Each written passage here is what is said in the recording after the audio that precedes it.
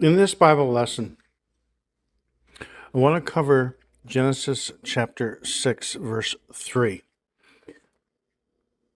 These Bible lessons are about understanding things that may have been commonly understood differently. And as a result, they're always going to be controversial because you're asking someone to change what they might have been taught. So I'm not just telling you my opinion. I'm describing to you how it should be understood. But I try to take great pains to explain and to show why the difference, why one is correct understanding, and what are some of the maybe deficiencies of understanding something in a different manner.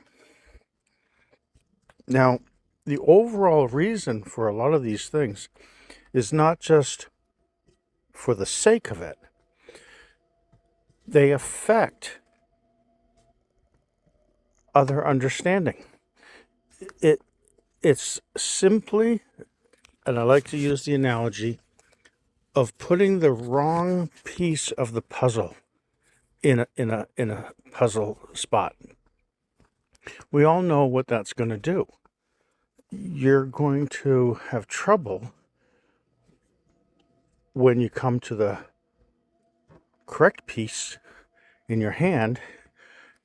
You'll never find an appropriate spot for the correct piece that belongs there. And the piece that you put there might look a lot like that's where it belongs, but then you can tell it's not quite fitting. You can tell there's some gaps between the cracks, or it's raised up a little bit and won't sit flat. And so we may understand things or think we have an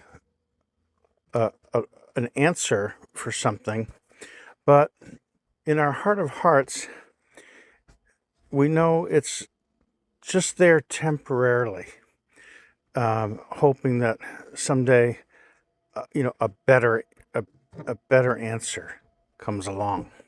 And so, this is the kind of thing that I'm doing, and I'm trying to demonstrate how to critically think, and how to discern the Word of God, not from leaning onto your own understanding. We're constantly remembering who wrote the Bible. Would God say this? Is this godly? This answer that you've got for such a verse. And so that's what we're trying to do. Don't forget who wrote this Bible. He's a perfect linguist. He's a perfect author. He would never lie. He would never try to steer you in the wrong direction. And we find when we do get steered in the wrong direction, it's because we're not paying attention and we're not considering who it is that wrote this book. Now, Genesis chapter 6, verse 3. And the Lord said, "My spirit shall not always strive with man, for that he also is flesh, yet his days shall be 120 years. Now, most people might say, well, that 120 years is the amount of time it took Noah to build the ark. Because, we immediately are going to go into the Noah narrative. And it's sitting here at the top of Genesis 6, and Genesis 6 is going to continue on as God starts to discuss Noah in verse 8, etc.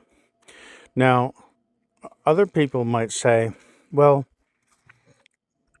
he's talking clearly about not letting men live more than 120 years. And we know the genealogies show that the society became quite terrible up till Noah, and the men were living a long time. And so it makes us think, well, that was clearly one of the reasons they were not nice people, is they lived too long. And if you limit it to 120, that might improve the next round after the flood. And maybe there's some truth and merit to that. Not knocking that, and maybe that was a motive, but we're trying to actually understand what the verse says. We're not trying to impose on it our possible thoughts, right? So let's actually consider the context, because that's always one of the first things you need to do. Is there's nobody writes something in isolation if it's part of a chapter, and certainly God doesn't, because that would be the author of confusion. That's one of the basic rules. We're confused, but God's not confused when he writes, and he's not trying to confuse us, but we do a pretty good job of that ourselves. So in this context, when you go back, you'll see it says, it came to pass when men began to multiply on the face of the earth, and daughters were born unto them. You see, this is the beginning. So this is context. So it gives you a time frame here. When it's the beginning of the multiplying. Noah's flood comes about around 1,566 or 67 years after Adam. So this is way at the beginning. Then it goes that the sons of God saw the daughters of men, that they were fair, and they took them wives of all which they chose. See, there's sons of God here. Again, that would indicate near the beginning. There's not too many sons of God left by the time you get to Noah. So again, and then you have verse 3, and then when you look at verse 4, there were giants in the earth in those days, and also after that, when the sons of God again came in unto the daughters of men, and they bare children to them, the same became mighty men, which were of old, and men of renown. So that doesn't sound like the current time frame where God is about to be talking about Noah. It all sounds like it's way long ago near the beginning. Just the context, okay? So that should eliminate any idea that it represents 120 years of Noah having to build the ark, because this sounds like thousands or 8,000 plus years prior. Now,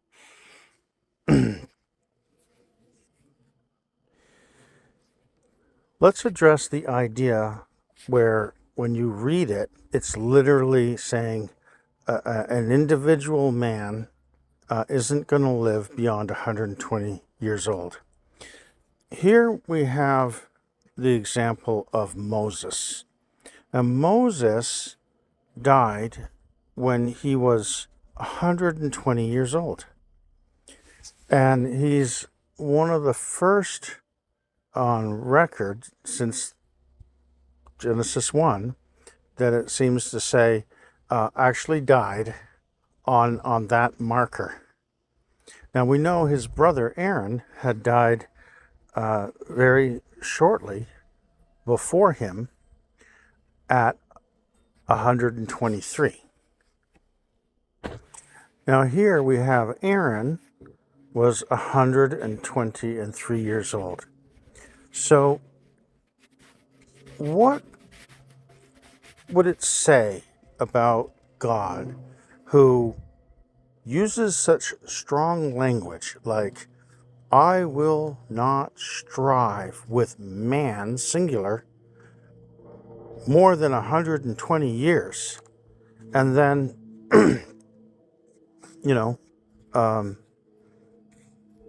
and he's saying this way early on, and men are living over 900 years for generations and generations and all the way for thousands of years. Men are living beyond 120 years. Long, long after he says this verse. All the way down to Aaron, still at 123. You see, God wouldn't do that. That's not, if that's what he meant, he wouldn't do that. That is a flagrant exaggeration of your intentions, because you've not kept your intention for thousands of years now, and you made a very strong statement. And you'll find the author is not an author of confusion. And so the problem is we're trying to impose a meaning onto this that is not God's meaning. And so now we have to figure out, what does it mean? So when we look at this verse again, we need to get some more information. That's always the question. I need more information if you don't understand something. And that's when you start to say, well, maybe the words are translated fine, but they're not actually translating the real intention of the author's meaning. Words are like flavors. They have synonyms, and they come from actions. They come from, we're going to name this animal a certain thing because this animal makes me feel this way. So I'm going to give it a name that makes me feel like. There's no relationship between the word and what the animal looks like, because he named it after what the animal made me feel like, or whatever it is. So words can be a little tricky. So here, the word striving means to abide. Now, it means compare, to rule. I'm not going to rule over you for 120 years. Well, by implication, to judge. I'm not going to umpire or judge you. I'm not going to strive. I'm not going to contend with you, right? And I'm not going to plead with you. And so this gives it a little extra flavor here. It's more than just a feeling.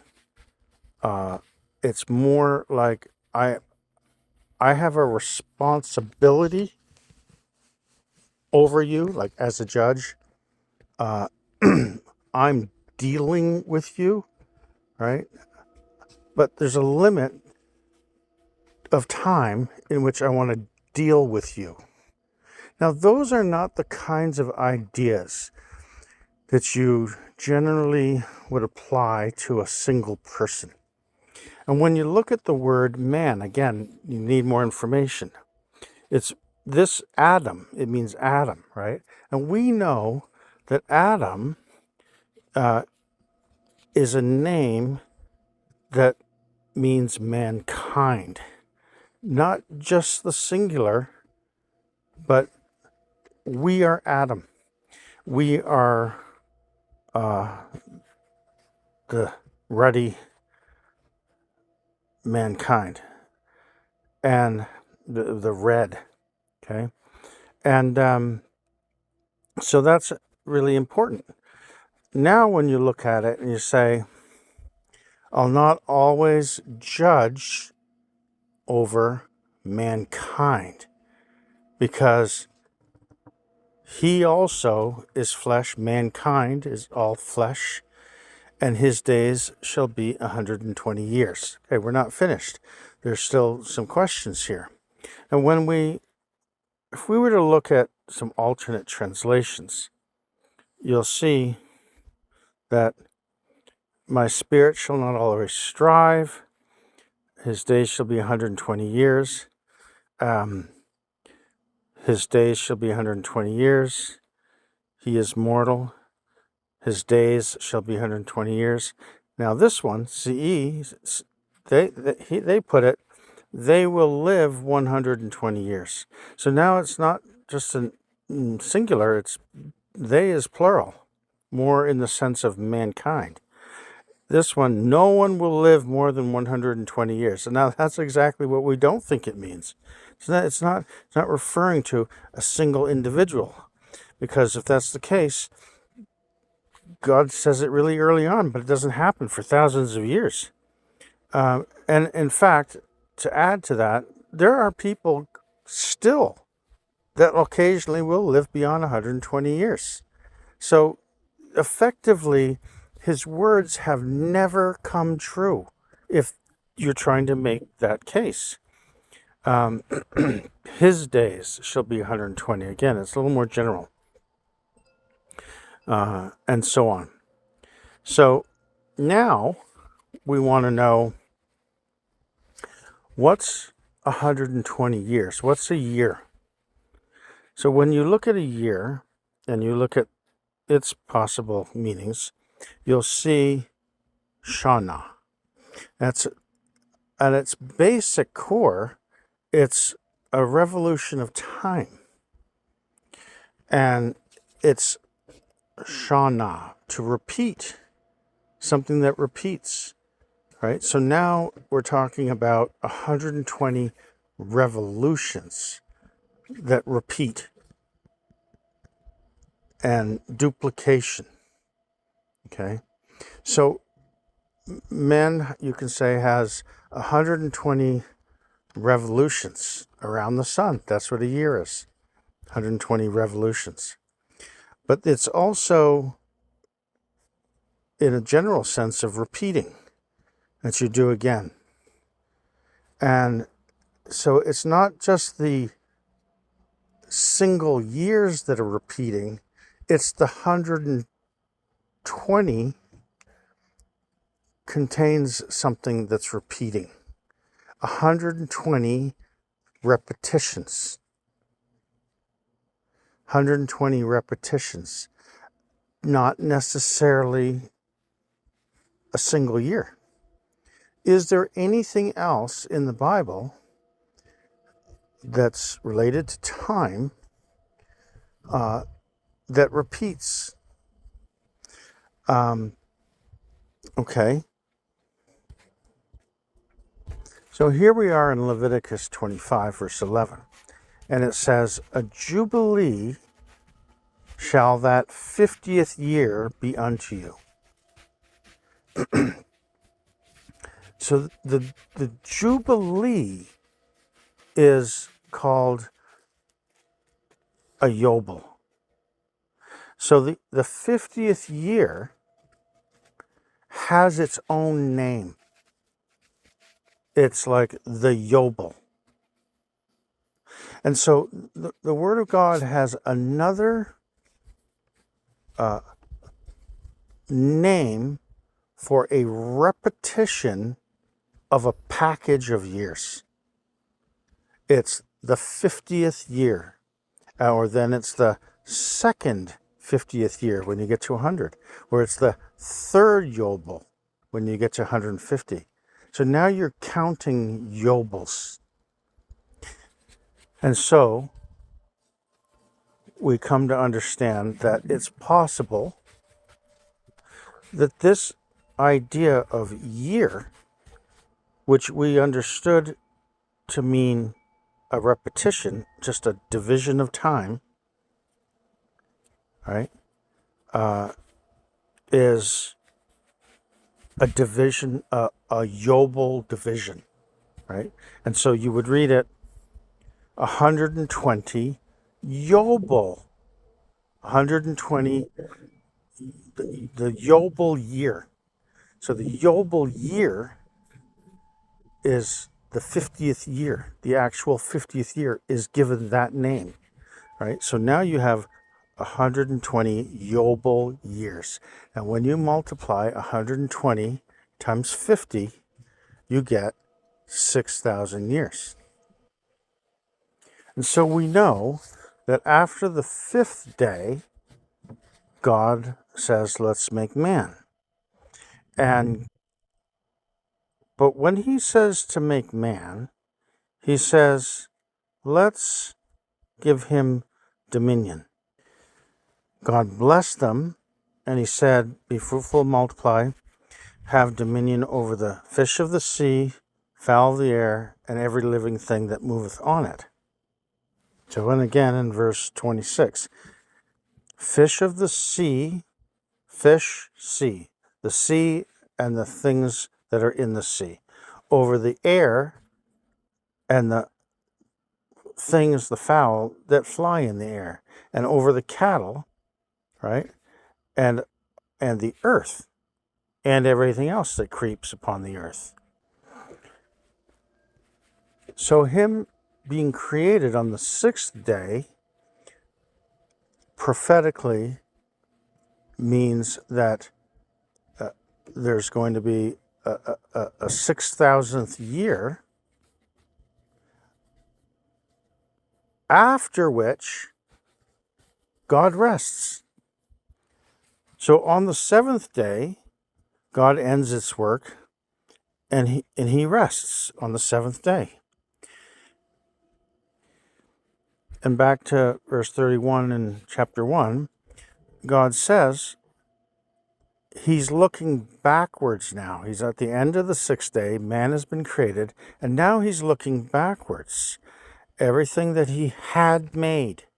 He's looking, I saw, and God saw everything that he had made backwards. He's turned around, and he's looking backwards, and behold, it's very good. And then on the seventh day, God's looking forward, and he's resting while Jesus is working. Jesus is going to have his millennium, the 7,000th year. So it's not that God is resting because he is tired. He is not doing the striving with men anymore. That's what he's resting from. And he gives all the judgment and the striving with mankind over to his son. That's what he's resting from. And this is what's going on, what he's looking back on and what he's looking forward. Because here, the Sabbath is Jesus. Jesus says, I'm the Lord of the Sabbath. The Sabbath is mine. It's now my dominion. Men's dominion has a 6,000 year limit. So what he means is, not only I'm not going to strive with you for more than 120 Yobels, but you're only going to have 120 Yobels of dominion. Now, where can we go to confirm this? When we get into Revelations, here we have Jesus being referred to as having dominion. Now, when you get to Revelations 10, you're going to find this verse 6. And the angel puts 1 foot on the land, 1 foot on the sea, and he raises his hand in the air. So notice, and God is very tricky the way he writes things, okay? He says in verse 2, he set his right foot on the sea and his left foot on the earth. But I talked about the hand as well. You see verse 5, and the angel which I saw stand upon the sea and upon the earth lifted up his hand to heaven. And so now you have all 3 elements are being represented by an appendage of his body. And what does he say? I swear by him that liveth forever and ever, who created heaven and the things that are therein. Right? Well, that was the dominion that Adam was given. The air and the things that dwell in the air, the fowl of the air, and the earth and the things that are therein. Well, that's what Adam was given dominion of. The earth and the things that animals on it and the creeping things. And the sea and the things which are therein. Again, the sea and the fish, right? This is a repetition of the exact verbiage in which was used when Adam was given dominion. But now it says that there should be time no longer. Well, of course, God doesn't have time no longer. God's not ending the earth, right? He's not ending animals forever. What he's ending is the only thing that he ever said he would have a time limit on, and that is a time limit on the dominion of men. So this means the dominion of men are ending. This chapter represents the 7 thunders, which are 7 final years leading to the actual point in time when we reach the genealogical 6,000 year moment to the minute. Okay, like a clock that's striking 12. A cutoff of the dominion of men. Now here, it makes reference to the 7th angel, which is the voice of the 7th angel, which is the 7th trumpet, right? When he shall begin to sound, right, the mystery of God should be finished.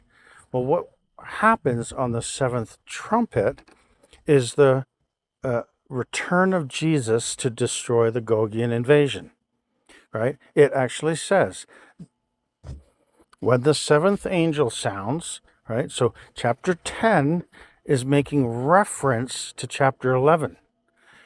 The kingdoms of this world are become the kingdoms of our Lord. So Jesus has now touched Mount Olivet, and he has a transition is taking place where he has full control of the kingdoms of the world. He has dominion. Okay, but this is the manifestation of his physical, literal taking control, and that occurs when his foot actually retouches the earth. In a separate video, I'll explain how I can explain a little bit here. So here in verse 4, you'll notice it says, seal up those things which the 7 thunders uttered, right? So the 7 years go by, but it does not tell us what the seven thunders are. And because we've already lived through 5.5 years of them, I can tell you they're like what the scriptures has already said, they're birth pangs. So we're going through record-breaking natural disasters, pandemics, wars, famines, all kinds of major things, weather events. Okay, so these are the years of thunders, and most people would agree in all spectrums, even on the political level, we have been and are continue to go through some, very unusual times.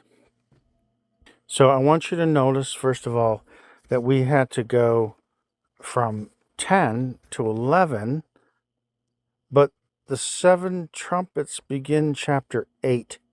So you need to understand now the actual event of chapter 10 comes before the thunder. So chapter 10 actually is going to go after chapter 6, actually even after chapter 5, I believe, right? So it's out of order.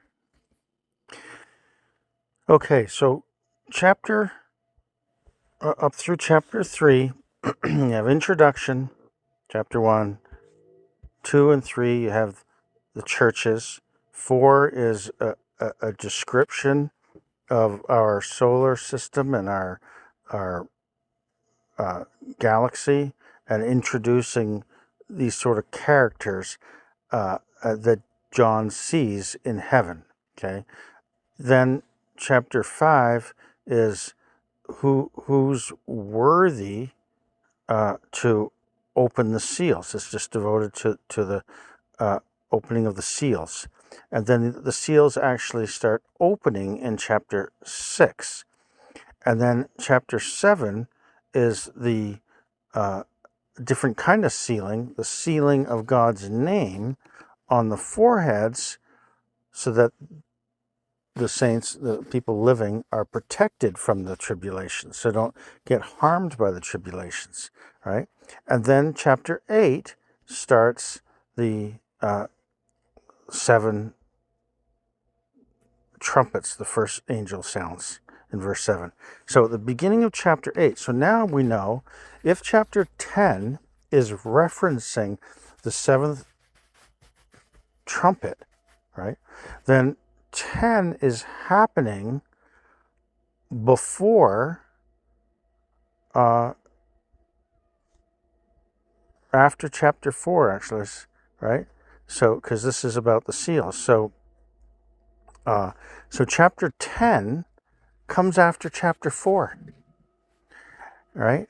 And because 5 and 6 lead up to the trumpets, and 7 is the sealing before the plagues of the trumpets, right? So that comes next. And then 8 is the trumpets.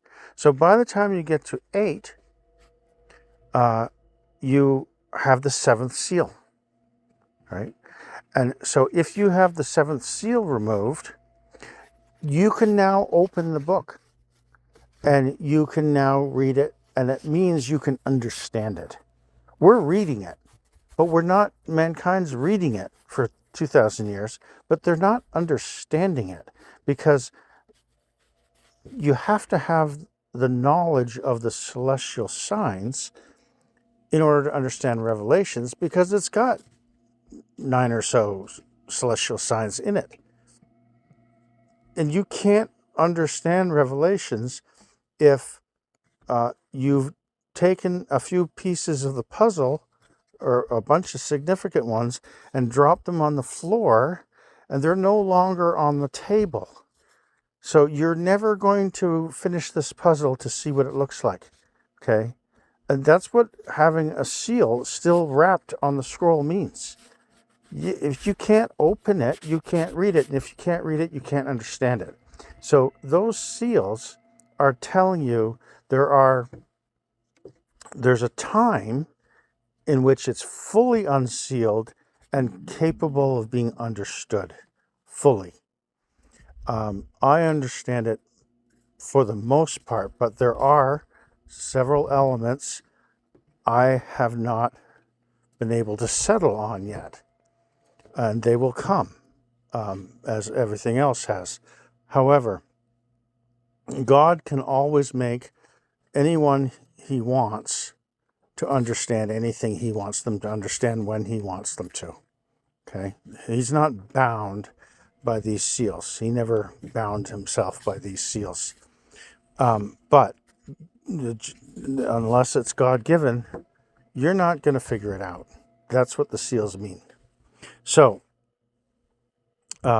here we have the seal removed, and then we have silence in heaven about the space of a half an hour.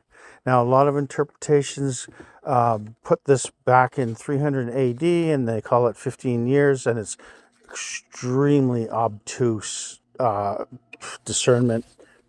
It doesn't come from the Bible. It was probably copied by John Thomas off of somebody else. I mean, it's just ridiculously nonsensical. So, but it's important to also notice that in chapter 7, when the sealing on the forehead for protection is about to arrive, that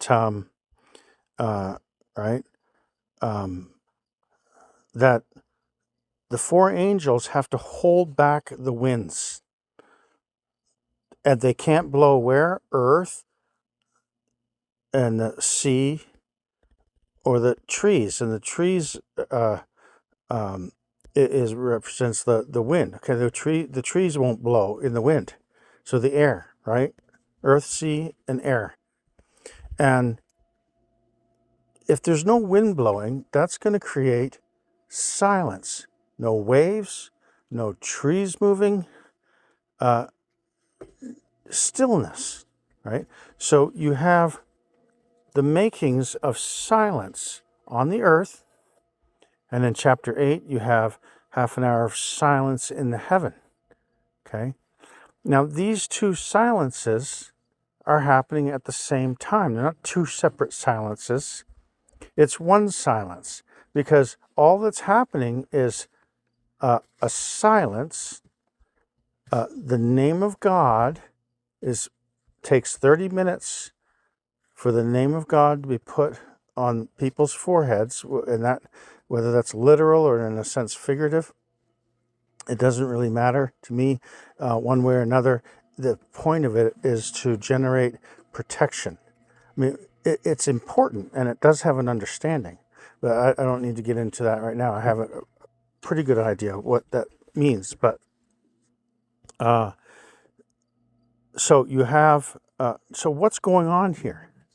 Why the silence? Well, we know that the physical manifestation of Jesus' dominion is going to happen on the seventh trumpet. On the first trumpet, the silence is separating the point at time in which man's dominion ends and Jesus' dominion begins. They most certainly are not going to overlap. And God doesn't even want them touching. They're separated by a literal 30 minutes of silence. And that's what you would do if something as glorious as the dominion of Jesus beginning is. It's not a moment of noise and rejoicing. It's a very solemn moment, because it's a sad thing for the dominion of mankind to be ending, but at the same time it's a glorious thing for the dominion of Jesus to begin, right? And so we give honor to things with silence. The honor comes from you have to stop what you're doing and pay attention.